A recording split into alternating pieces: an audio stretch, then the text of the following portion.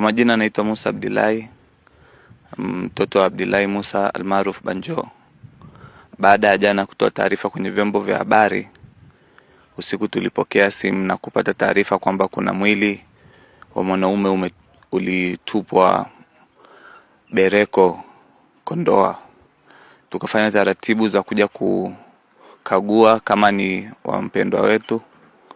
Kwa bahati mbaya tumekuta ni yeye, na mwili ulitupwa katikati ya pori ambapo tumekutana jeraha kichwani, macho pia hayako kwenye hali nzuri, mkono umevunjika. Na sasa tuko hapa kwa Bereko tunafanya process za kuweza kuchukua mwili wetu wa mpendwa wetu baba yangu Abdillahi Musa Banjo, na kuanza taratibu za mazishi ambazo zitafanyika kesho Arusha Sanawari saa 7 mchana. Nimepokea kwa masikitiko na majonzi makubwa. Roho inaniuma sana.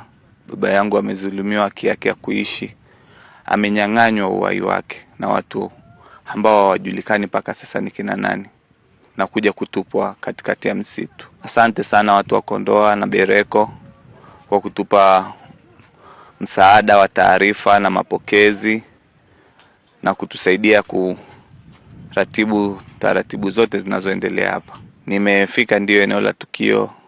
Wamenionyesha mahali mwili ulikuwa umelala ukiwa hauna kiatu, mguu mmoja, na vitu vingine pia havikuwepo, pamoja na mengi tu.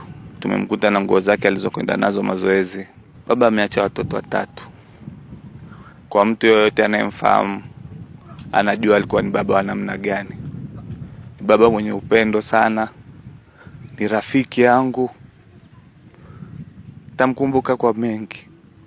Sina cha kusema zaidi ya kumwomba Mungu anitetee kwenye hili, awaumbue waliofanya hili, maana sidhani kama nitapata msaada, na kama nitapata msaada popote nitashukuru, lakini baba yangu amezulumiwa haki yake ya kuishi bila sababu ya msingi yoyote. Mpaka usawa tukio ni kama kilomita 4 mpaka 5.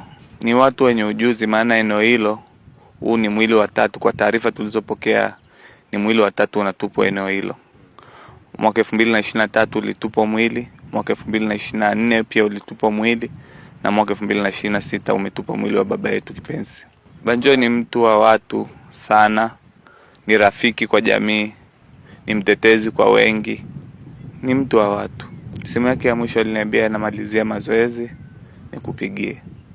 Hajapiga tena. Kwa kuwa ni kazi yao na ni mamlaka yenye uwezo wa kufanya jambo hili, pia tutapokea msaada kutoka kwao. Waendelee na uchunguzi wa kina, maana iko wazi ni amezulumiwa, nafsi yake amekatiliwa. Baba yangu ni mchimbaji wa madini na hana kuzulumu mtu yoyote, hajawahi kuzulumu mtu yoyote kwenye swala la biashara, na ni biashara pekee au kazi pekee alikuwa anafanya. Msibani utakuwa Sanawari maduka matatu. Ukifika Sanawari mataa, ukiulizia Sanawari maduka matatu au kwa Banjo ni rahisi kufika. Tutamlilia Mungu. Banjo alikuwa ni mtu wa swala siku za mwishoni. Alikuwa ni mtu wa kuswali swala 5. Tutamlilia Mungu na hata kaa kimya. Na imani Mungu hata kaa kimya, maana anaona mwenyewe kwamba amezulumiwa uhai wake.